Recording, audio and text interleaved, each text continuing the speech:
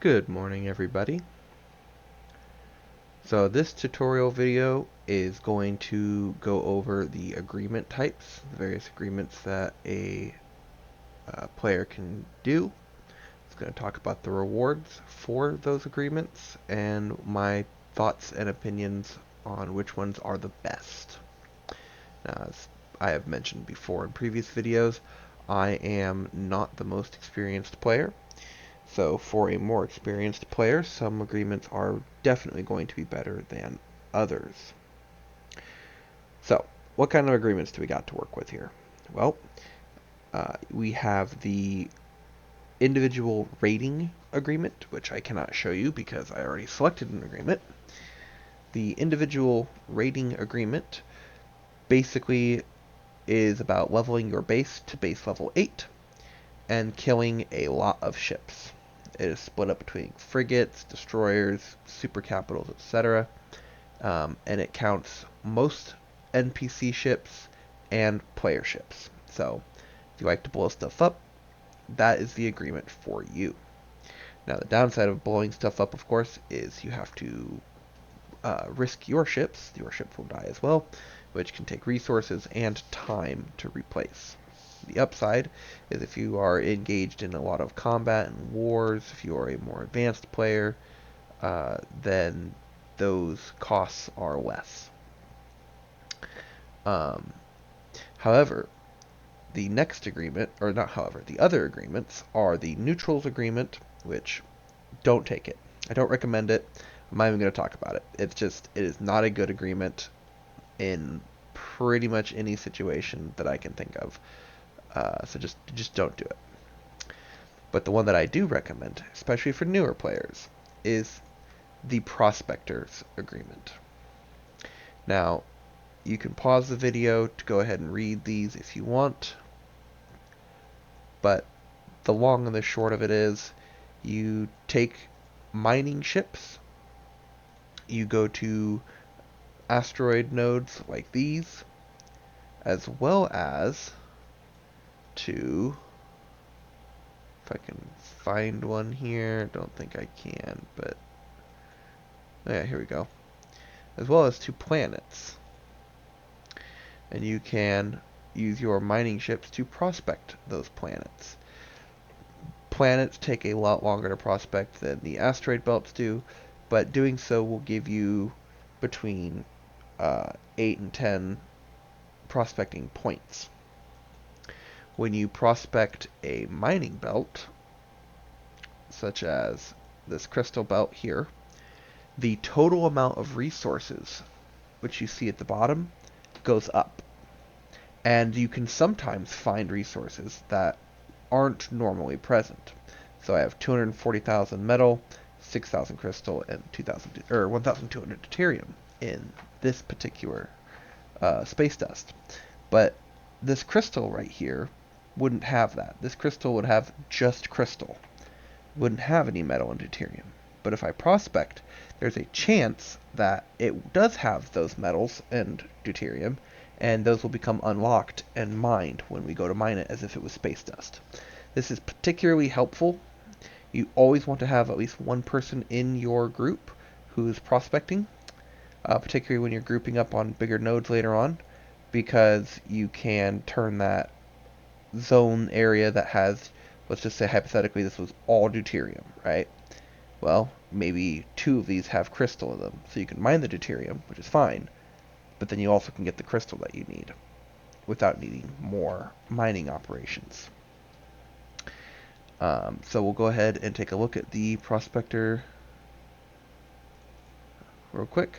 So here are the planets that are found in a system. Each one that I prospect will give me 10 points. They can be prospected several times. I think it's 8 per planet. And then when you finish prospecting the planet the first time, you unlock other points. You unlock moons of that planet that you can then also prospect. You can get up to 1,000 points for rewards. 400 Dawn reward points is what you need every server to get both of the boxes at the end of a server for Dawn points. So it's very, very convenient, as you can see, to get almost all the Dawn points that you need every server for free just by prospecting. Now, the downside of prospecting, of course, you have to use your mining ships, which means they're not mining for you, but it also means that enemy players or NPCs can be attacking them. Mining ships are pretty much defenseless, so it is very easy to lose those mining ships while prospecting, particularly because bigger planets, stronger planets, or not stronger, but the higher level area planets, such as, for example, this one right here, there is almost guaranteed a city somewhere around here. And let's just say, for instance, that city was right here, and I needed a prospect right here on the edge of that city might send NPCs to attack. Or let's say the city has, oh, in fact here, yeah, we can see it. There we go, that's what I was looking for. So this moon is inside of this city zone. So if one of the sub-cities and strongholds is around here, and I go to prospect this moon, they're going to attack me. They're going to destroy my ship. So certain ones are going to be much more difficult to get. Additionally, in the case of this planet, some of these points are probably going to be located in the radiation, meaning I'm going to have to send large mining ships instead of small or mediums. Now, normally, in the early and mid-game, it's very easy to just send out to the various planets. If you know where they are, just follow the circles, you will eventually find them, like this. It's very easy just to send a small mining ship out to a planet by itself, and then every 8 hours or whatever, tell it to prospect a new spot. And then just leave it alone for 8 hours. Players aren't generally going to be hunting down prospecting ships that are doing that. Not in the early game, anyway. They got bigger things to worry about. So it can be very easy to get some dangerous planets early on by doing that, as players will be too distracted to mess with you. But to be perfectly honest, I don't recommend prospecting at all in the early game, as every mining ship really matters. Now, I am about to finish, with that, so I'm going to need to get my liaison stuff going.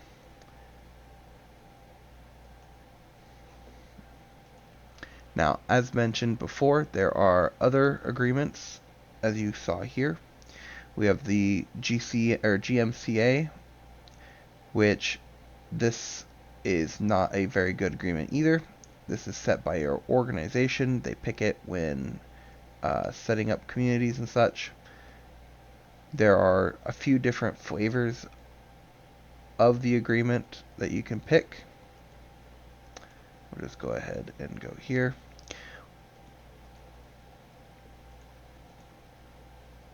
Alright, so this is the other source of dawn points. If you get your base to base level 9, you get 50 points. So between this and level 6 of the Prospector, you should have the 400 that you need. So very easy to get. We currently have the Mutual Cooperation Agreement, but that's not what we're going to have. The Conqueror's Agreement, I'm not sure what its actual name is, will let you take over space stations. The more stations that you get, the more points you can get for your organization. Now, with GMCA, you have to be friendly with certain NPCs, and doing so, if they are in the top, you also get rewarded. Same with choosing to take the Stargate over. When your organization chooses an agreement, if it chooses the one for Galactic Conquest, you have to start taking over cities. Only cities level 6, 7, and 10 matter. A level 6 city gives like 2% occupancy. A level 7 gives about 7%. And then the level 10 gives about 15%. Taking over those cities is how you will get your points. You need at least 10% occupancy to get the minimum number of points, and then it goes up from there to 30% for rating 2, which dramatically increases the rewards per person And then finally, at 50% occupancy, which is very hard to get, of course, in an active server, because only 2 groups could potentially get it, then you can get the maximum number of points. Lastly, there is the Lagrange gate, which only spawns towards the end of a server. The group that controls that gate and controls a large percentage of the map will get the most amount of points possible. What's in the box?